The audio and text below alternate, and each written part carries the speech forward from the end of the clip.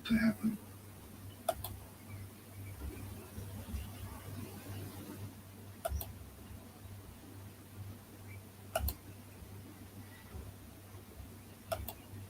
Let's go pay our respects to the new guy.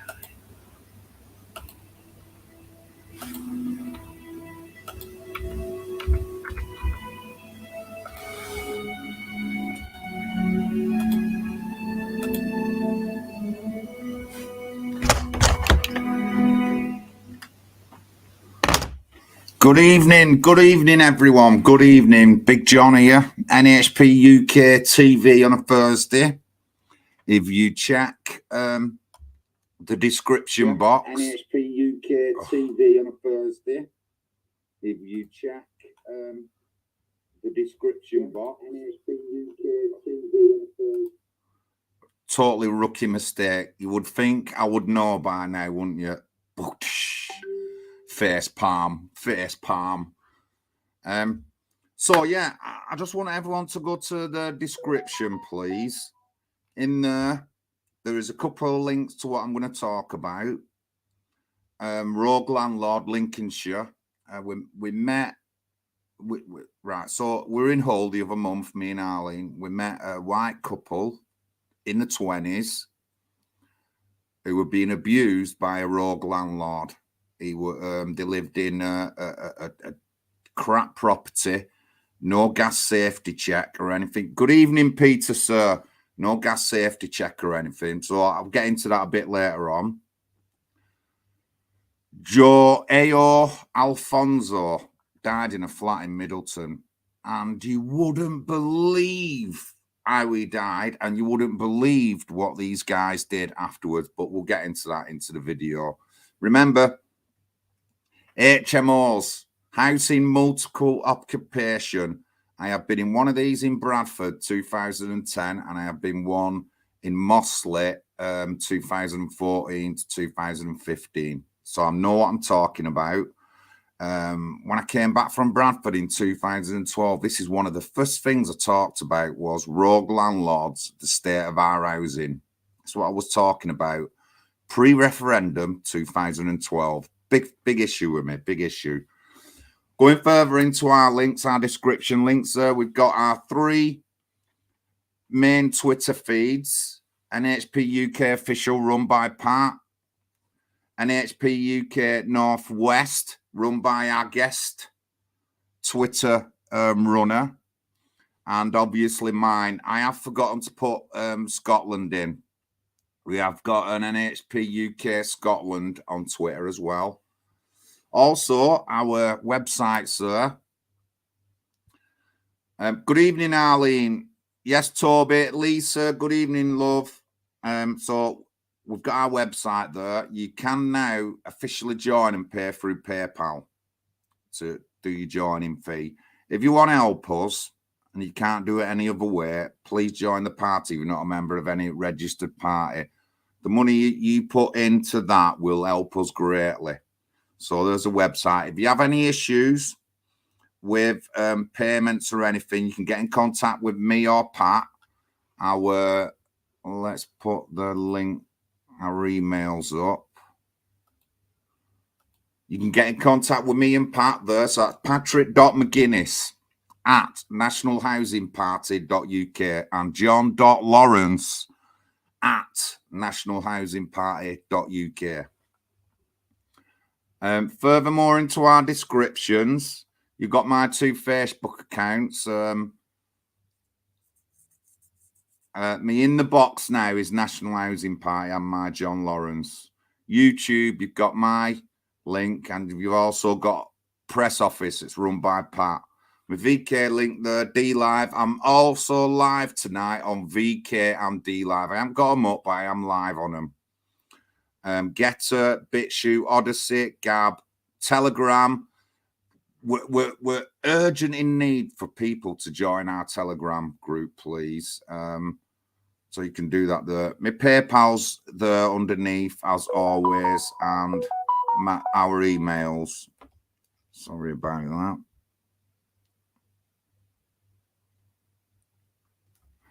But yes, please join our Telegram group. Please. If you want to join the party, obviously you can go to the website, go through the website, and it'll go into PayPal. We have got a party PayPal now, not just mine. We have got a party PayPal. Just in the description, tell us what you're sending the money for. If it's for joining or not joining or whatever, or just a donation, please put in the description. Again, our Twitter feeds are there, which are also on our website front page. We will from time to time swap them around, put others on. We're looking for, if you're a member of the party or you join the party and you want to run a particular account in your area or whatever you want to do, just let us know. But yeah. Oh, so there's all the links in. So busy week last week. I went to the last day of the Labour conference, chatted with some Labour rights there. I didn't know that the Labour, the amount of people who are in Labour when Jeremy Corbyn were in was around 600,000. There is only now 150,000 active members of Labour, official members of the Labour Party. I'm going to stop protesting the Tories because they're digging themselves into an early grave. We all know they're the same side of the coin. But I am going to go to more Labour conferences and stuff like that if I can, and shout out about abuse. So tonight I want to go through HMOs. Now, we did have an article on the site, Eastbourne HMOs. But I will read the article to you now.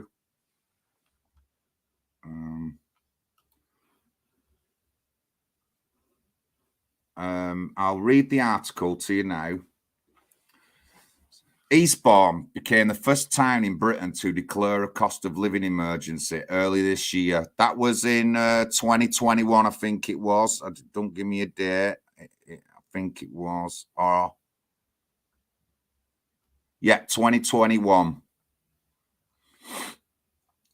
As the numbers of homeless people soared and illegal immigrants packed into our local hotels, the once idyllic East Sussex coastal resort is now a hotspot for knife crime, drugs, alcohol, and alcoholism is rife.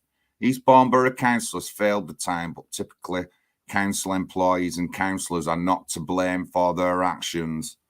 This is not just Eastbourne, it's happened all across the country with uncontrolled immigration and stuff like that. And crime as well comes with it.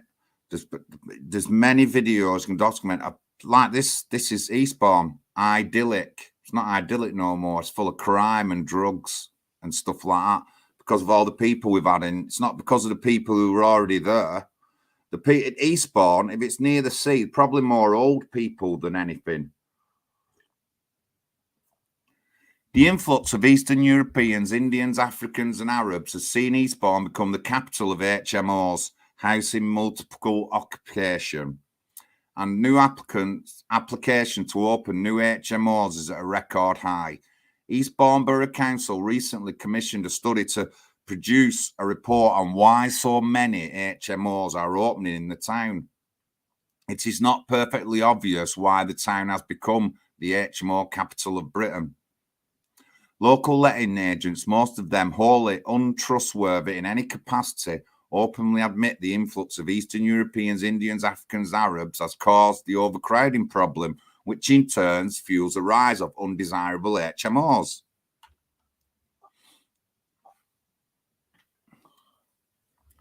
The government's open-door immigration policy is entirely responsible for the widespread gain of HMOs, and most people living in them do not enjoy decent living standards. HMO landlords operating in Eastbourne are largely dubious characters providing second-rate services and basic accommodation at inflated prices. The letting agents are equally at fault and take no responsibility for poor standards set by landlords and often attempt to lie their way out of trouble. Eastbourne Borough Council ignores complaints about HMOs and the landlords and letting agents are out of control. Now, I haven't got any figures, but I'm going to tell you right now that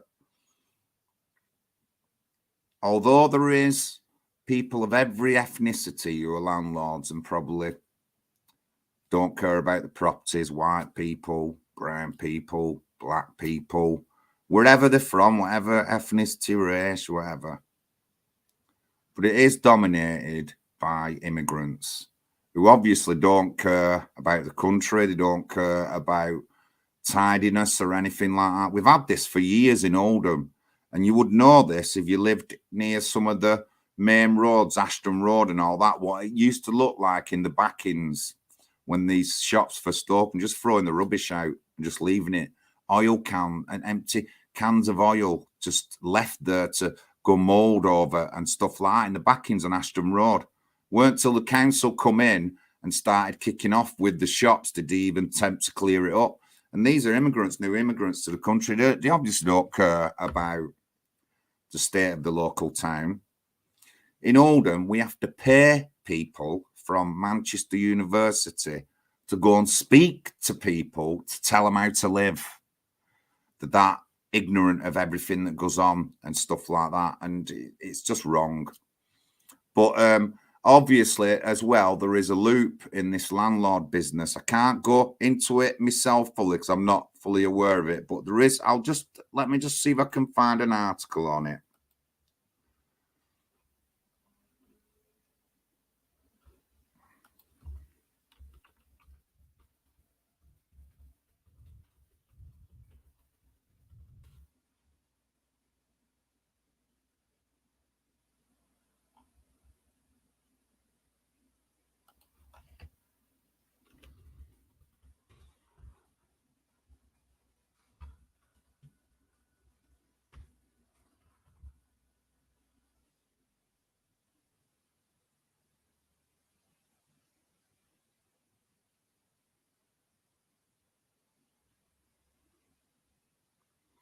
Just look at rogue landlord fined over £14,000 for unsanitary house. A Scunthorpe landlord. Let's just have a quick check on him.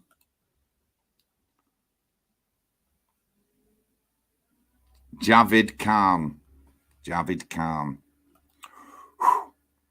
Honestly, you know, it just gets so hard. Everyone will be calling me names, but I'll prove we know these people. I know they don't care about where they live. They don't care about anything that's not giving them money. This is how these are kind of people we've imported, unfortunately. And again, I'm not saying everybody. There'll be white slum landlords. There will be black sub-Saharan slum landlords. There's Asian slum landlords. There's Eastern European slum landlords. I haven't even got to the best of it yet. This just doesn't go into housing either. It goes into companies. Recently, there was a chicken factory shut down in Oldham, just on the outskirts of Oldham town centre, just the top of Ashton Road area near the roundabout. So it was shut down, but it had already been shut down a month before. As soon as the authorities left, they just carried on processing chicken there. Disgusting, nasty, horrible place. And this supplies a big supply of chicken to Oldham and the surrounding areas. And I see people going in them chicken shops like there's no tomorrow. You're gonna die sometime. So anyway, let's get back on to Eastbourne. The HMO living experience is cramped and housemates are often drug users and alcoholics, and there appears to be very little in the way of responsible vetting. Violence is commonplace, and Sussex police officers have added workload trying to maintain law and order in the town. Homelessness is rampant, and locals complain that the town has degraded substantially in recent years. Since summer 2018, Eastbourne has experienced a major deterioration in living standards, and now the cost of living crisis engineered by the World Economic Forum is causing greater poverty in town. Now, living experience is cramped and housemates are often drug users and alcoholics. So I was in Bradford, and the first couple of years in Bradford was really good. Then a recession came, and where I worked, the work just went right down, and we're on basic then. Couldn't afford to run me 1-bedroom flat, ground floor flat, so I had to move into an HMO. And it was run by a lovely white woman. It was obviously her house from before. It was run by her, but the kind of people she had in weren't good. I was a decent person. The guy above me was decent, but we also had a drug user, heroin addict, a woman, white woman, who had Eastern European Polish boyfriend or something. There's also an alcoholic guy. And there was also a lad with mental health issues at the bottom who had a dog. So the bottom flat was disgusting. It smelled of shit. I don't know if he got the dog out all the time or what. I don't think he did. The alcoholic was annoying. He'd knock on my door, asking. As soon as he knew I smoked cigarettes, he were at the door every 2 minutes for a roll-up. But I just didn't have the stuff to give him. And I just used to ignore him, mate. I used to have my door and just ignore him when they knocked on the door. And the heroin addict, whenever she didn't have a key, she knocked on my window because it was right next to the door.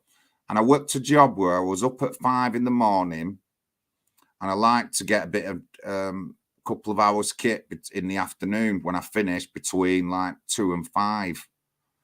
And then I'd stay up till 12, then get up early the next morning.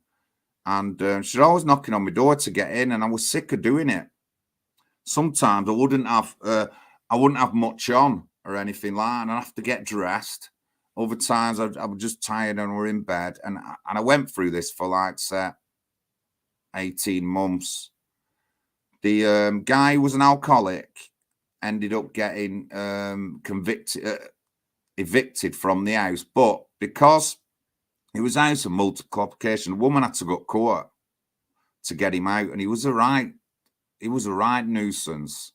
The woman had to get him out. He kicked off with some other people around the area. He was just a big nuisance, and she had to go to court. So it was a big drain on her, this woman. It was a really big drain on her, and I can see people not wanting to go down these routes because it were all done properly, and then just letting them without paperwork and things like that, knowing they can just chuck them out at any time.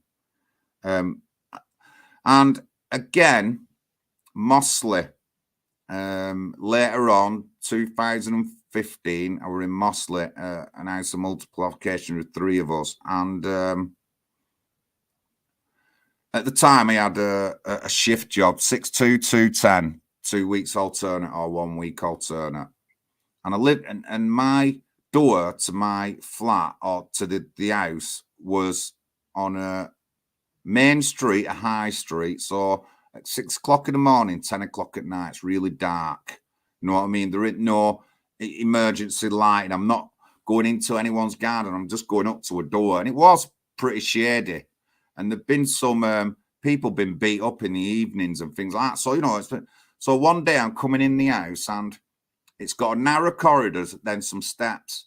And then from behind me, as I was pushing the door back with my arm, a foot's appeared in the door, and it's a debt collector for somebody upstairs. And I sort of like, although he didn't surprise me, I can think that other people would have been surprised and stuff like that. I pushed him outside the door. He kept there, and I still pushed him. He ended up getting the police round, and I said, well, you shouldn't be coming up behind anyone and putting your foot in the door. And, you know, and I'm fucking going to smash his face in if he doesn't move, this guy.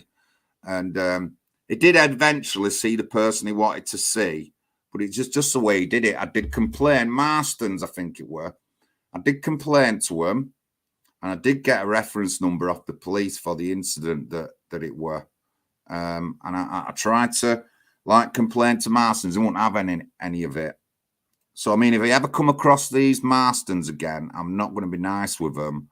I'm not going to comply or anything with these kind of people. So they weren't after me. They were after someone else. But he put his foot in the door, which a little bit shocked me. But my argument with the police is, why is he coming up behind me? He didn't say anything. I didn't hear him say anything. He didn't identify himself. He just come up, put a foot in door. Honestly, I wanted to.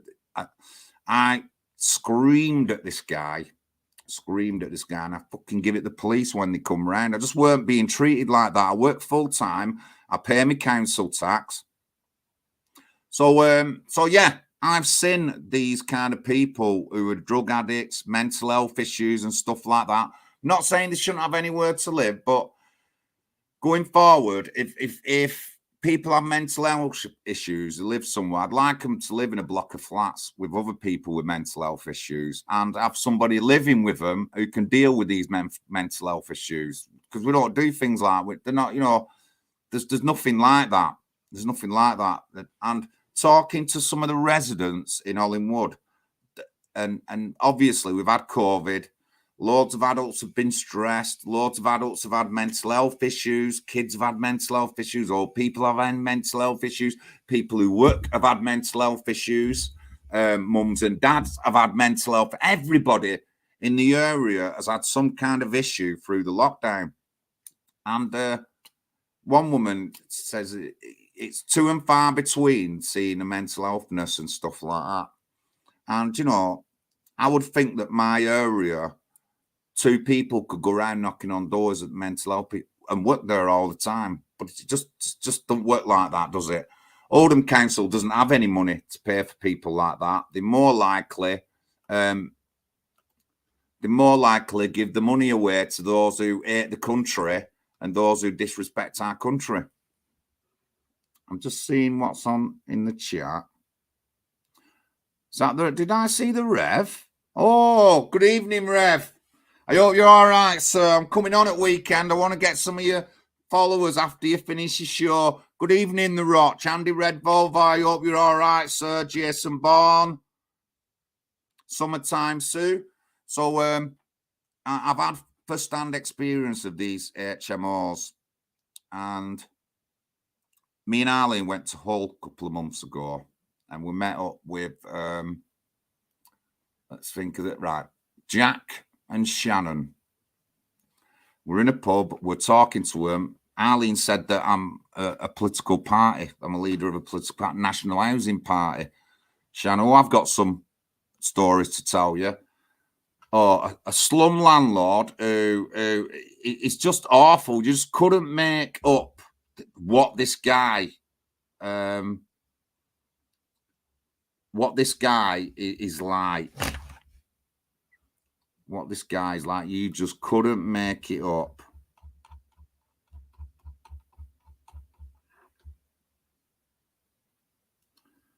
Really couldn't make it up.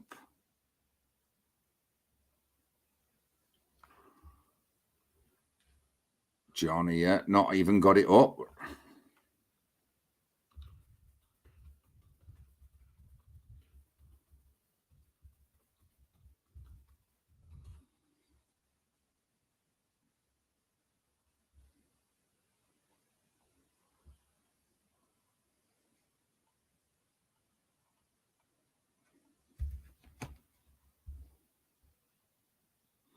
So, yeah, again, everyone, please look at the description. Our website's on there, our Twitter links, Telegram link. Please, please, please, we need some subscribers on Telegram. So please get clicking and sharing, please.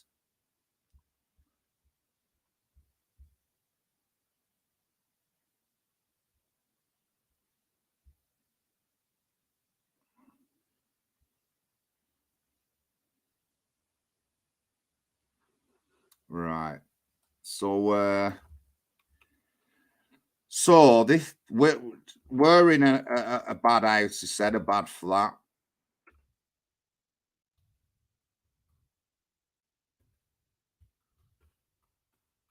And there's some loophole with why these people can keep getting in. So let me just I'll pull this down and I'll just get it shared. Remember, this link actually is in the description. Rogue landlord taken to court by second council in 2 years.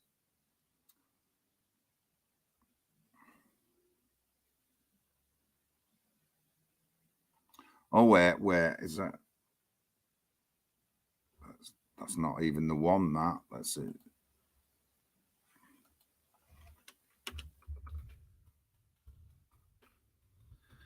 The one I just looked at then was London, foreigner. A goddamn foreigner. So yeah. Lincolnshire, Nottinghamshire, this guy. So a letting agent which provides housing to students. I was at the Manchester MERS question time. The students were there, said, make sure you get a decent landlord, because Andy Burnham has said about the landlord scheme. I've seen it firsthand. Students in Lincoln could have its license revoked. Now, the company gets a license revoked, but it doesn't do nothing with the person who's head of the company. He can just start another company up. That's how I think, roughly, it goes with these things.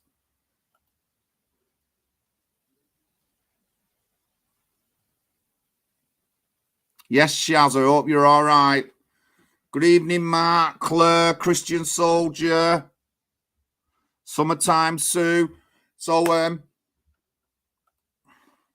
City of Lincoln Council has proposed revoking the licence of rogue landlord Orange Living Limited, which trades as Locate for Me, so LOC 8 Me, following a conviction for 4 offences of operating of unlicensed housing multiple occupation in the Midlands. The council have determined that both Orange Living Limited and its director, Raffaele Russo, are not fit and proper to hold an HMO licence or manage a licensed HMO, now taking legal action.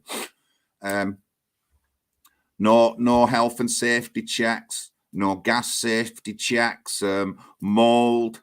A landlord is supposed to give you notice when they're coming round to look at your house. The couple we met had not even signed any sheet. They'd done it by handshaking. So, I mean, if you're going to move into something like that, you want to see a contract or something of that kind. And I would advise reading these things. Don't just sign at the bottom. Don't listen to them. It's all right. Just sign at the bottom.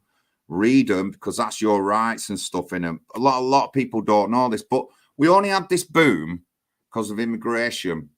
We only had this boom in HMOs because of immigration. I told you, as early as 2012, I'd noticed this, and I was going, it's one of the big things I talked about.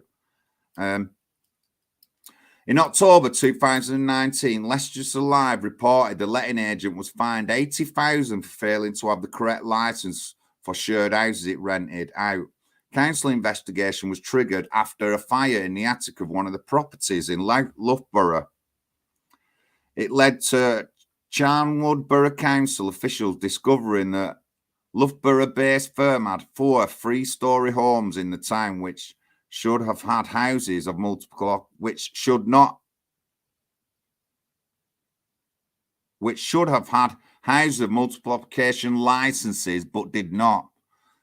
Foreigners again. This guy's a scumbag. When he found out that the couple I mentioned were moving, he managed to find out where they were going and give that person bad vibes about this couple, so that they would stay in his property, so he could still keep claiming the money for a disused property. This is going on all over the country, ladies and gentlemen. It's been pushed on by unlimited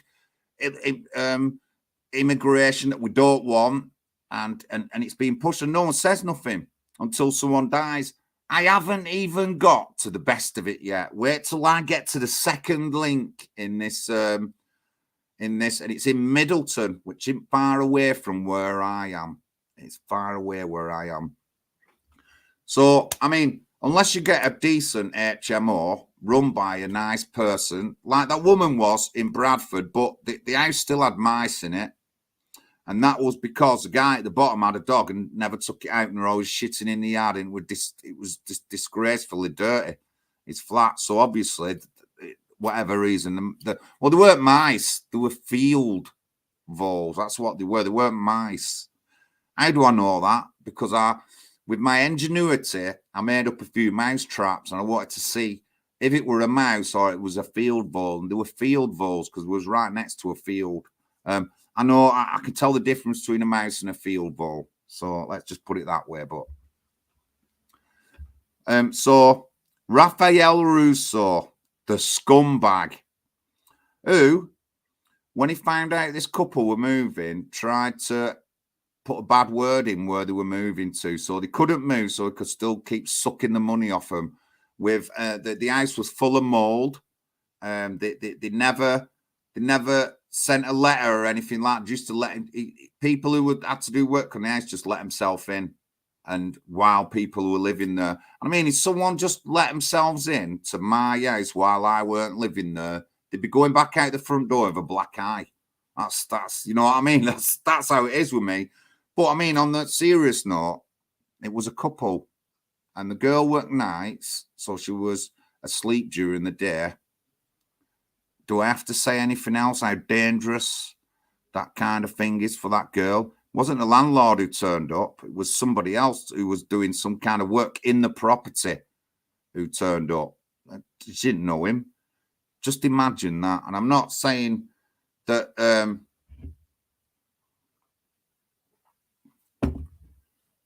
these guys were bad anyway, but if the landlord thinks he can do that and let an house out like that, he can't be that very reputable of a man. It's going on all over the country. They're absolutely scamming millions of pounds off us in all these properties.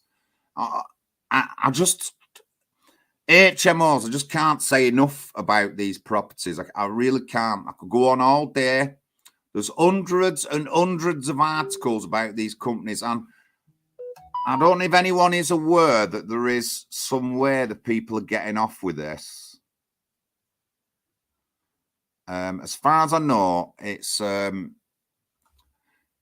you become a director of a company, and then if that company gets fined, or what, the company gets fined and not you or whatever, and then they can just go and be a director of something else. And this is what's happening now.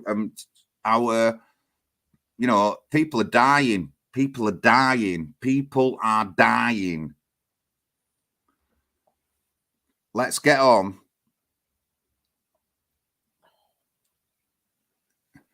to the next one. Joao Afonso. Right, that's the geezer's name. Luke. Oh, good. Well, put it there, Mum. Here, put it on there. So, 2 jailed after the tenant died from carbon monoxide poisoning in Middleton. So they had a generator running in a room that had no ventilation. 2 men have been jailed after tenant died in his flat, Wood Street, Middleton, from carbon monoxide poisoning. Both men were sentenced at Manchester Crown Court, and both being found guilty of gross negligence, manslaughter, and health and safety offences, whereby they had to fail to ensure the health and safety and welfare at work of employees, tenants, and general public. Mustaq Ahmed, 51, of Rhinefall Road, Oldham, sentenced to 9 years prison. Shafiq Khan, 50, of Gainsborough Drive, Rochdale, sentenced to 8 years in prison. The premises at Wood Street, Middleton, was owned by Ahmed, who bought the building in 2011 and converted the former public house into a ground floor shop with flats above.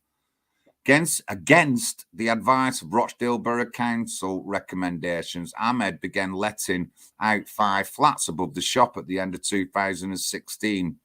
Joao Afonso was a tenant of Ahmed.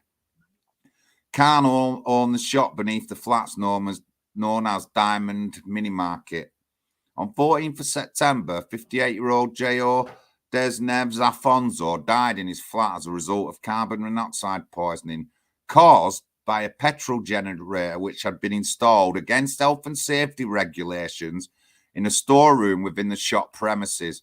The storeroom located directly beneath Joao's flat.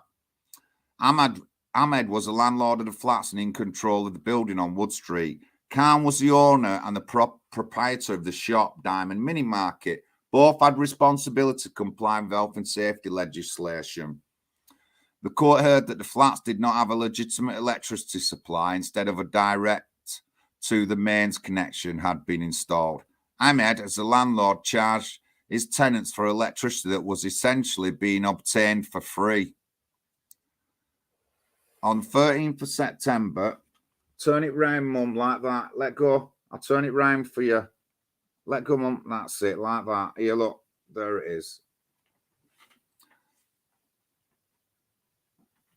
The court heard that the flats did not have legitimate electricity. Honestly, you just couldn't make this. This is like sounds like someone with a weed grow. This charged his tenants for electric that was getting free on the 13th of September 2017. This illegal activity was detected when an electrician was sent out after the company became suspicious. The electrician immediately disconnected the electricity supply to the premises as the setup was so dangerous with exposed live areas, scorched wires, it presented a fire and electrocution hazard. Khan was contacted by the electrician with details as the steps he would need to take in order to have the electricity supply switched back on. However, Khan disregarded this advice and instead made inquiries to install a petrol generator as a quicker and cheaper alternative to source of power needed for the shop. After Khan contacted a local hire shop stating he needed a generator to power his lights and fridges in the shop, Khan lied and went against the hire shop's warnings that the generator could only be used to power lights. He and Ahmed proceeded to hire a generator, and on returning to the premises, both positioned the generator inside the shop on Wood Street. Ahmed then rigged up a double-ended plug from the generator so the electricity could be backfed into the building supply. A highly dangerous maneuver as it is makes the plug and all the terminals within the building live on top of the existing hazards reported by the electrician. This is the ultimate. This is nightmare slum landlords who don't give a flying F about any human being or anything like that. We've let them into this country, and this is the kind of thing they do. Not saying that there's white people who do it. Yeah, I'm not saying that. These people especially just don't care. So he's ignored what the hire shop said. He's ignored that. They've ignored what the electrician has done, turning electricity off, and the electrician comes. He's ignored all that. The court was told after a customer warned both the defendants of the dangers of using a generator indoors, the pair moved the petrol generator from the shop into a poorly ventilated storeroom at the rear of the building, which rode directly underneath Joao Afonso's flat.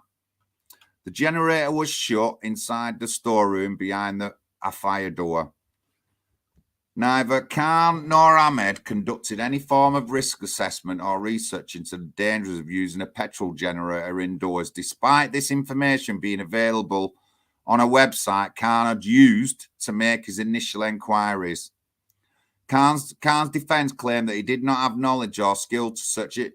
He didn't have knowledge or skill. So is this a dumb Muslim? Is this what it is? Someone who's dumb? And this guy is letting buildings, honestly, it's to do with political correctness, this. I'm furious. I'm absolutely stinking furious. I can't just get how backwards people we have in this country. So his defence is claimed he didn't have the knowledge or the skills, but he run a shop, and one of them was a letter with housing. You would think they'd know all these kind of things. Honestly, it's disgraceful. This. I mean, I've done a lot of health and safety, and these kind of people would not get away with me with trying to do these kind of things. I just wouldn't have it. You know what I mean? I wouldn't have it. I'd be reporting them to police. That's what I'd be doing.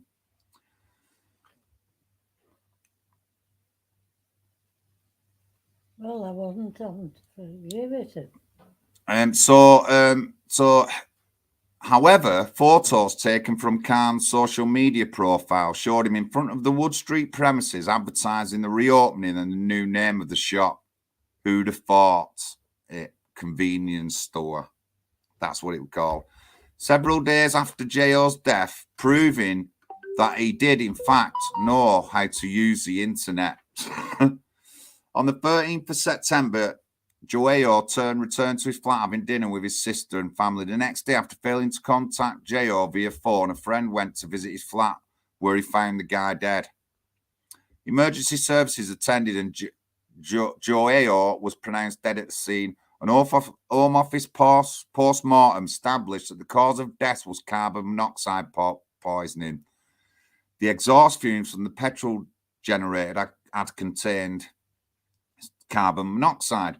These fumes had nowhere to go in the unventilated storeroom and had permeated through the ceiling into Joao's flat, which was directly above. The carbon monoxide had built up to a level that proved fatal.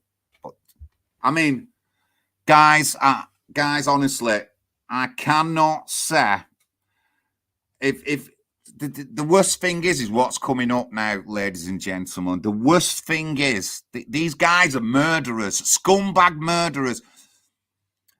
I mean, I'm gonna check with my Middleton buddies to see. This was a few years ago, to see if we can find these guys. That's what I'm gonna do and see what they're doing now. That'll be a good thing to do that.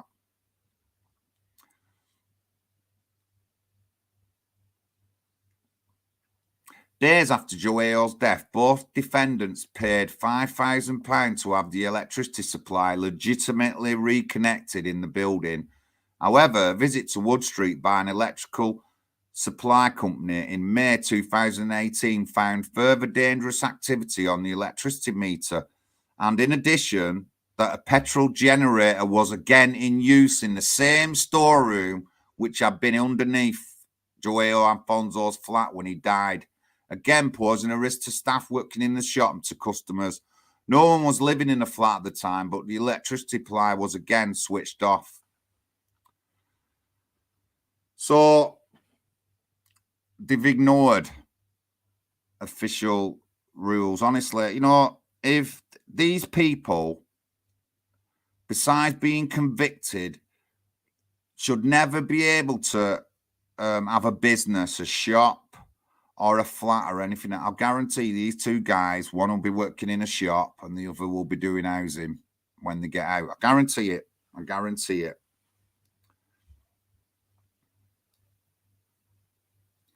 The fact that Ahmed and Khan paid for the electricity supply to be legitimately reconnected to the building days after Joao's death demonstrates the greed and desire to find the cheapest solution rather than the safety of the tenants, employees, and general public. Had they have paid this debt instead of getting a generator, Joao Afonso's death would have been prevented. Neither Ahmed or Khan considered any alternative options before installing of the petrol generator. If they had, Joao would still be alive. Instead, the first priority was to make sure the shop remained open, fridges remained on, and stock was not destroyed. There was a number of steps throughout this tragic affair which the defendants had not acted through greed, gross negligence could have prevented Joao Afonso's death. Now, I'll tell you what, the council warned the guy. They never followed up on it. The council warned the guy. They never followed up on it because they were afraid of being called racist. That's what there was. A political correctness had an hand in this. And if you ever get any time to have a go at Rochdale Council, and just let me tell you, Rochdale Council, forget Rotherham, forget Telford, Rochdale Council is certainly the most corrupt, the most sex-offended council. Obviously, Cyril Smith and all them. The police, the political correctness in the council is absolutely astounding, ladies and gentlemen. Absolutely astounding. Rochdale Council, I've got a lot to answer for. But the council noted that the guy was going to do these flats. So why didn't they follow up on it? Why didn't they keep on top of the guy? We don't have any set in anything. You know, there's nothing done. And I mean, the councils really need to get a grip on this. There's going to be more deaths in these. This isn't the only death, ladies and gentlemen. This is not the only death. It's not the only accident or anything like that. I've known houses, HMOs, to fall down on the people who are in them. That's how bad they are. And Not saying them all. A good majority of them are immigrants who have no respect for people, no respect for the rules, think they can break the rules. Remember, Oldham Council think it's all right to have an Oldham deputy leader of Oldham Council, Abdul Jabbar, thinks it's all right to walk around with a convicted paedophile trying to get elected. And the convicted paedophile was going to run for election as well.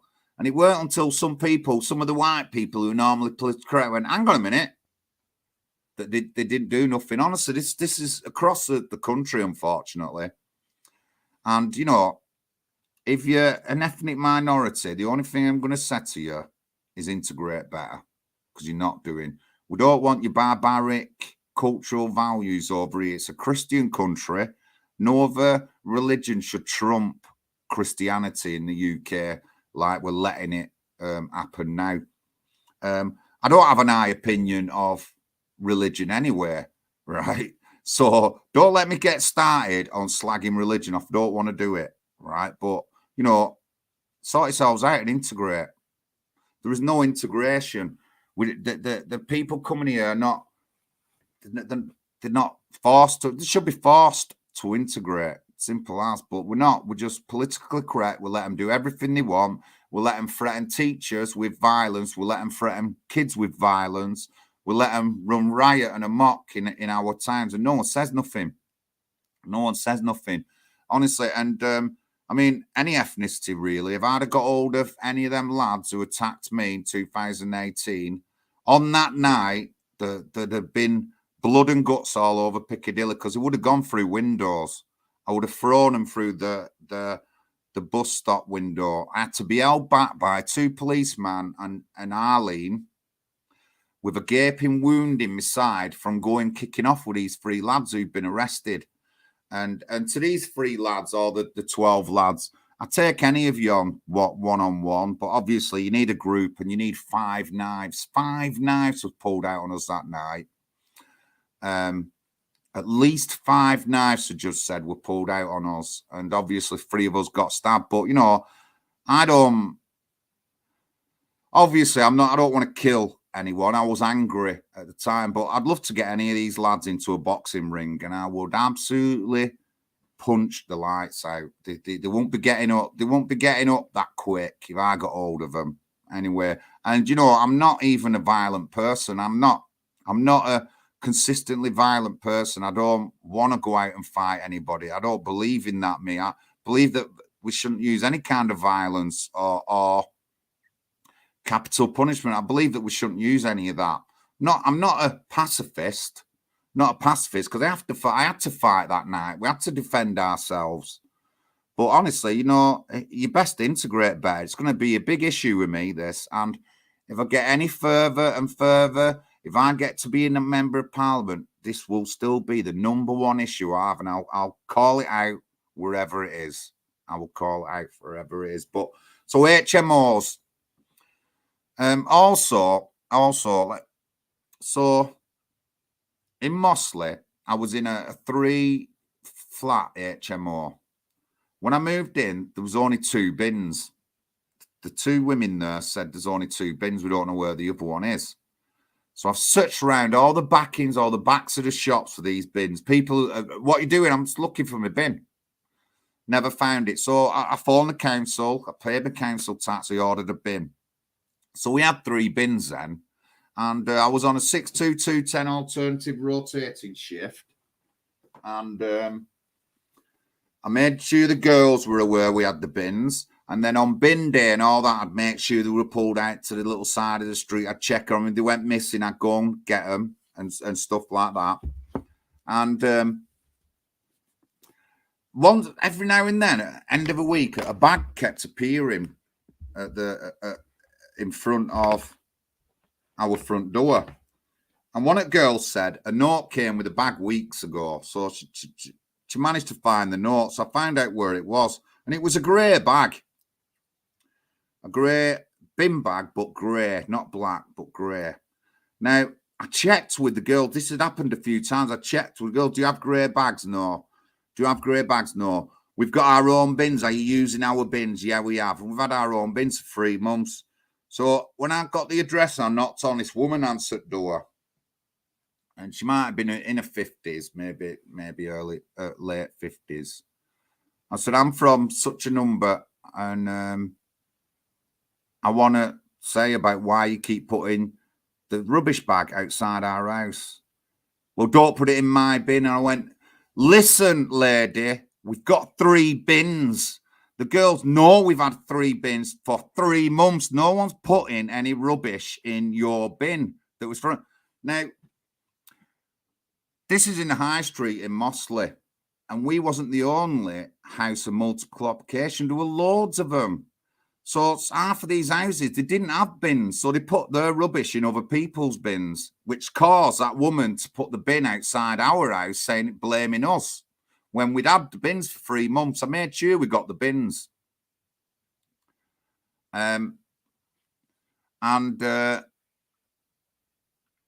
Honestly, you know, I felt so angry with that woman. So it's not our bin. We've had new bins. We've had 3 bins for 3 months, lady. That's what I said it like that. So it's not us. Stop putting your rubbish there. Next time a bag goes outside mine, I'll come round. I'll empty all your bins in your yard, and I'll kick off with you. And you know, there's loads of these HMOs and flats in Oldham Town Centre now. So have they all got bins? Have they all got bins? If you know Orsted Street, get to the bottom of Orsted Street, just where it joins Yorkshire Street. There's a flat been made above the shop there.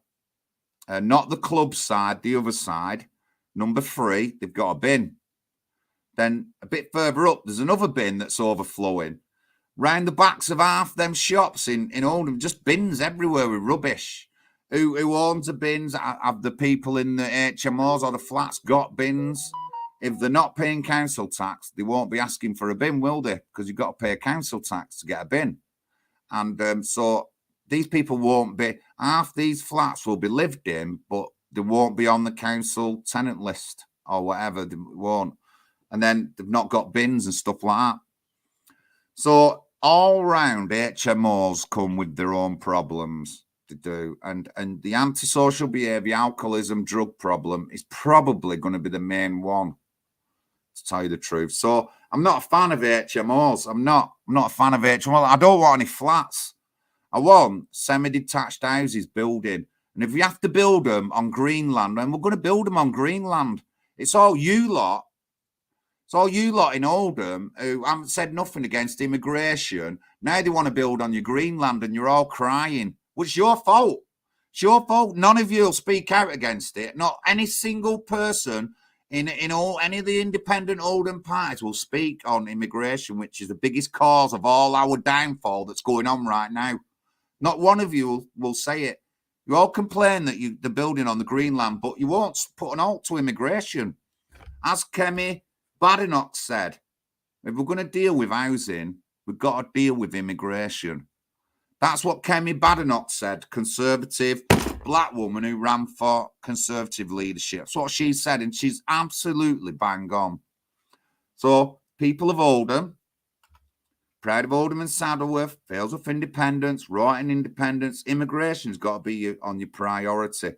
Now, none of you lot are saying it, but all the residents are saying it to me. So, are you ignoring your local people? You must be.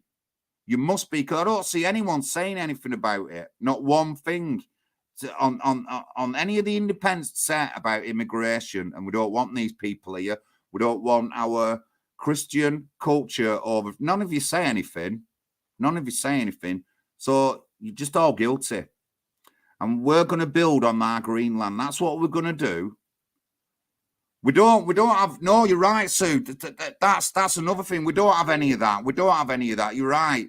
There's 100 different reasons why we shouldn't have any immigration. There's 100 different reasons. I mean, particularly for me, is the destruction of the British culture and everything.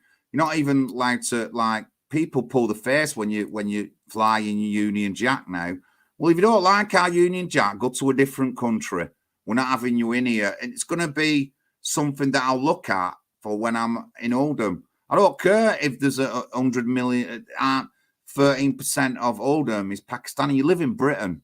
If you're not integrating, then that's why you put up your Pakistani flag. You should put a British flag up. But you'll never get that off them anyway. But, so, houses of multiple occupation, and not good, ladies and gentlemen, not good. The people died. The students under threat. Student property. There's guys making hundreds of thousands and tens of thousands of pounds who were just scumbags. They don't care about anyone's safety. They don't care about health and safety rules and stuff like that. You've seen that chicken shop. Let me just get it up. I'm just sick of, let me just get it up. Let me just get it up.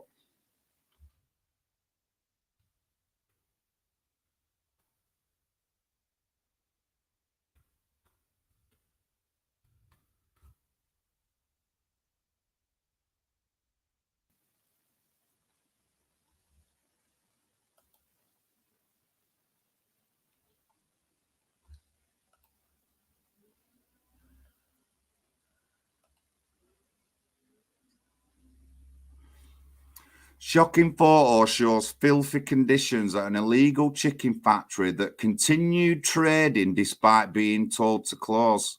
So, so why haven't these people why haven't they took the bosses of this thing to court? I'm just checking.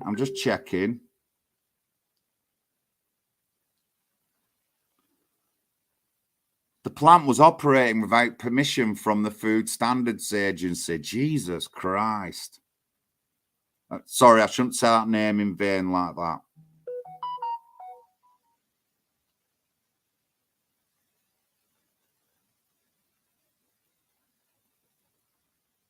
Oh, disgusting.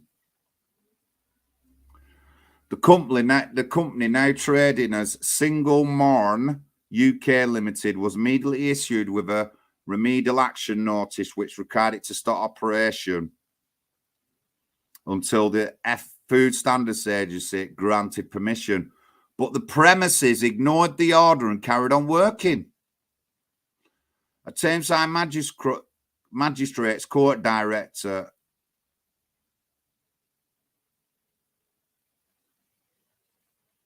at Tameside Magistrates Court, Director Shadad Hussain, 32, from Manchester, and Bula Halal Limited and Single Morn UK Limited pleaded guilty to 4 charges under the Food and Health and Safety Act.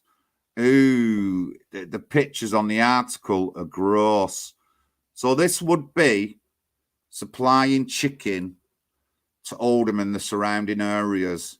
And the other day, someone were like, oh, yeah, we've got all these nice kebab houses. No, there's hardly any nice kebab houses. I'll tell you that right now. If they're not disgusting and horrible, then they're hiring illegal workers. Let me just tell you that. There's 30 chicken shops in Oldham. Can any serving councillor in Oldham or any independent councillor who's running for council tell me if all them 30 shops, everyone's on the books paying the tax? No, they're not. They're working cash in hand and claiming benefits, but no one's going to say anything. There's obviously white people in it, but the majority of the shops in Oldham Town Centre are not owned by white people, right? They're not run by white people. That's the 30-odd chicken shops that are in Oldham. They're not. There's no Fred and Wilma Smith running these shops. It's all Ahmed Khan and Dupa or whatever. Honestly, it's just disgusting. And nothing gets done, nothing gets said, and nothing gets done. It's just made me angry, this, because of the fact that people have died and these guys just can't wait to get the electricity back on and get the power back in. You know what I mean? And someone died. So is that how much they care about someone's death? Obviously, it's nothing to do with them. We were just getting money off him for the room that he let. Honestly, and there's a loophole in this that why they're getting away with it. Anyway, thank you very much, NHPUK TV. Big John here ranting about HMOs. Ranting that I'm going to build on all Oldham's Greenland houses unless you start immigration out. Now, this is all the Conservative, Labour Party, all the independent parties. I don't ever see anything on your posts about immigration, which is a cause of a lot of the issues we have here. So why aren't people standing up saying we don't want no more? That's what we don't want no more. I don't want no Ukrainians. I don't want no Africans. Don't want no people. There's people coming here from Central America. They're not under war or anything. So why are they coming here? Because it's an easy ride for them to get over Wakefield. Wakefield, 2 different countries of South America. People are coming here. That's just South America. You know what I mean? And just all the rest of the people are. I don't want no Hong Kongers here. I don't want nobody here. Because what's going to happen is the British culture is just going to get wiped out. There's going to be no more. Christianity is under attack as well. That's going. And then the white person is the next on the list, unfortunately. Then you'll be going. You know what I mean? Honestly, if it's stacked up against you now, so you better get doing something. Join NHP UK. Give us 20 quid to join on our join our party. £10 for the infirm or old people. We are going to put that up, but it won't be just yet. But please, if you want to get involved, that's what we want you to do. Just please. The links are up, mate. Our emails are up. You can get onto the website and have a look at the website. Again, we'll be changing articles every now and then. We'll be getting a bit faster. We will end up getting a bit faster. And I'm getting articles off various different people. I've asked our very own and our favourite Katie Fanning to do an article on critical race theory. Yeah, so Katie is getting to work on that. Couple of weeks, we'll have an article up off Katie. Then we've got other articles off guest bloggers and stuff like that. I'll be getting an article. I'll be doing a couple of articles every now and then. Squiggle. Just wait till they conscript our lads for war. If they come home, it won't be England when they... Oh, no, it won't be. Squiggle. I used to know someone called Squiggle. But yeah, so, you know, there's hundreds of thousands of these slum lads. I'm not saying they're all minority communities, but, you know, I just don't see any mate of mine being a landlord and doing stuff like that with diesel generators or petrol generators to do a fridge. I wouldn't see that with any friends that I know. You know what I mean? And I'm sure that most people would be very suspicious about it. I'm surprised the tenants in the house never said anything. Well, they did, but they should have kicked off more. It's their safety and all that. So if you're going and you're getting in one of these things, please make sure you've read through your contract. Check it out. If you can't check it out or make sure it's all right, get it to someone who can. I'm sure you can just go to... if you've got any legal friends who are good at reading people, let them read it, please. Let them read it and just go through these contracts and things like that. I mean, if I ever get any... When I get there, there's going to be serious consequences for these guys. They won't be getting 9 years. They'll be getting double the time. If they've got double passports, they've got 2 passports, and they commit crimes like these guys have done with this shop, they'll be getting deported. Simple as, with no time. I'm not going to keep them in our system when they shouldn't even be in the country. If that dangerous people. Again, I know a lot about health and safety. I studied all my working years. I've studied health and safety, and one of my jobs I'd like to be is an health and safety manager and stuff like that. I've done my first aid test more than a dozen times. I've had it. Very good on health and safety and explaining things to people. Very good. like that. And I mean, I would have never moved into a property this bad. Never. Me, even if my circumstances, I would never have moved into that property. I know more than anyone else that how dangerous these properties are. But thank you very much. You've had an hour of me. Thank you for everyone who's on, who I haven't seen before or anything like that. Me regulars. Yeah.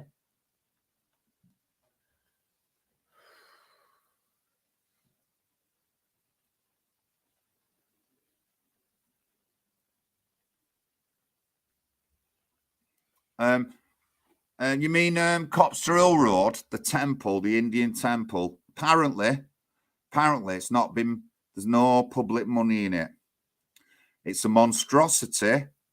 And what I can tell you is that the land used to be First Choice's land, and First Choice was going to build houses on it. All of a sudden, they wanted the temple, and they built the temple, the Indian temple. And unfortunately, the hypocrisy of it all is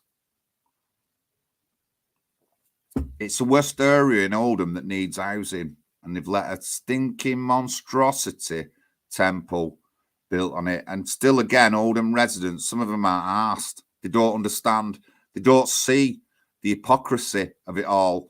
They don't see the fact that while the sons and daughters won't be able to buy an house because it'll be too expensive, we're building they're all partying, clapping like that over a stinking monstrosity temple on Copster Road, just off Ashton Road. Unbelievable. You just couldn't make it up. So this is to everyone in Oldham, this, whether you're Muslim, black, pink, whatever you are. Remember, when you're looking for an house, just remember what the council have done. They sold houses to the mosques. They built an Indian temple instead of houses. That's what they think of you. You know what I mean? And you're not getting 100 people in an area where a mosque was being built, which is a largely Muslim area, complained about it being built, but they still built it. Honestly, pandering to, yes, we'll do whatever you say. But the fact is, we've got no housing, so your kids won't be able to get an house or anything like that. The only thing we can do is give houses away to the mosque or the religious groups. It's just a joke. It's just an absolute joke in Oldham. And, you know, I'm sure, right, I'm 100% sure there's loads of Muslims out there who 100% agree with me, but they won't say anything. They don't come out. They won't come on my streams. They won't give me any information. When they do, when someone has said something to me, they've accused me of not doing my research properly, and then found out that I did my research properly and I've had to apologise. Them are the only kind of people who've come on my feed. There's people who come on and said, oh, the council have put more into education since the riots. Well, why is there 2 schools in Oldham that you don't speak English properly when you come out of? If they're putting more into education, why is there like a school at the top of Middleton Road that you spent 14 million on that nobody passed any qualifications, and the teachers got treated like shit off the ethnic minorities who went there? How come that's it? How come if you put more into schools, how come you're kicking off and you want your prayer signs are up everywhere and all that? Honestly, you've got to have some kind of responsibility, and putting more into schools. So when you have a disagreement with a school teacher, you're calling her a Jew bitch on social media and stuff. That's how you talk about her. I'm no fan of the Jews, but I don't call women Jew bitches. I don't threaten Jewish women by killing them and raping the daughters like they did down in London to do with Israel and Palestine. I don't say things like, I don't want anything like that to happen to any Jew woman. But these people do, and no one says nothing. We've got safety issues in my area, and I'm absolutely fuming. I wish I could shut down the school, Oasis Academy, but I can't. But I've got issues with that school, And I'm gonna, when I'm a counsellor, they're gonna come right to the forefront. Right to the forefront. People being bullied, girls being groomed at this school. And I'm guessing half the other schools in Oldham. It's absolutely ridiculous. But anyway, thank you very much, ladies and gentlemen, listening to Big John rant on about HMOs. Are they good? Are they bad? And I would say they're bad. They're bad in a lot of ways. So be careful with these kind of things. If you're a student, please make sure you check your paperwork and stuff like that. Don't go with these slum landlords, please. There's other ways you can do it as well, but please just avoid your slum landlords. Avoid them. Right, thank you very much. That's me. And Mummy, you saying hello, Mum? No, Mum's not saying out. There she is. She's got a scar hat on. Thank you very much. I'll see what I can do. I'm probably doing a stream on Sunday. And I've got, like I said, Big John says what he's going to do. I've got these 2 books to read. That one and that one. Thank you very much, ladies and gentlemen. Thank you. Thank you. And good night. Thank you, everyone. Good night. Oh. Aw, see you, my friend. Bye.